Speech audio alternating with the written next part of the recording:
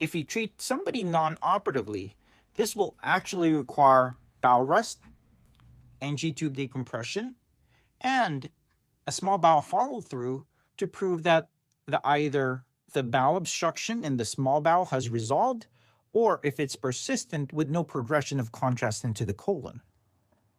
So the three things that will require an operation if they don't fit the emergent criteria are the people who fail non-operative management, those with recurrent disease process, meaning they have come back multiple times with multiple episodes of bowel obstruction, and lastly, those people who have clinical changes who are previously stable and now become unstable or convert to somebody who has signs of sepsis and peritonitis. As mentioned, the things that we have to do is number one, protect the airway. If somebody's vomiting, you want to avoid them aspirating so there's nothing to eat. Decompression of the stomach with at least a 16 French NG tube, and this would be connected to a low wall suction.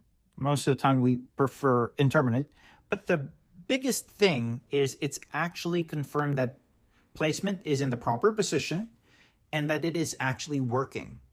Troubleshooting an NG tube, ensuring that there is fluid being suctioned, is important. Making sure that the sump port is not blocked is another thing, and then occasionally checking on it to ensure patency is of paramount importance. Other things include IV fluids, how much you're going to be given. Are you going to start resuscitative fluids? And what type of fluids are you choosing? And this could be based on their comorbidities and electrolytes. You could check out the previous video on IV fluids to check on which fluids to give.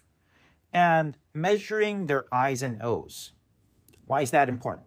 Well, somebody's not eating, and then you have fluids that you're giving, and they could be dehydrated because fluids pumped out of their stomach, which actually has electrolytes, mainly potassium and chloride.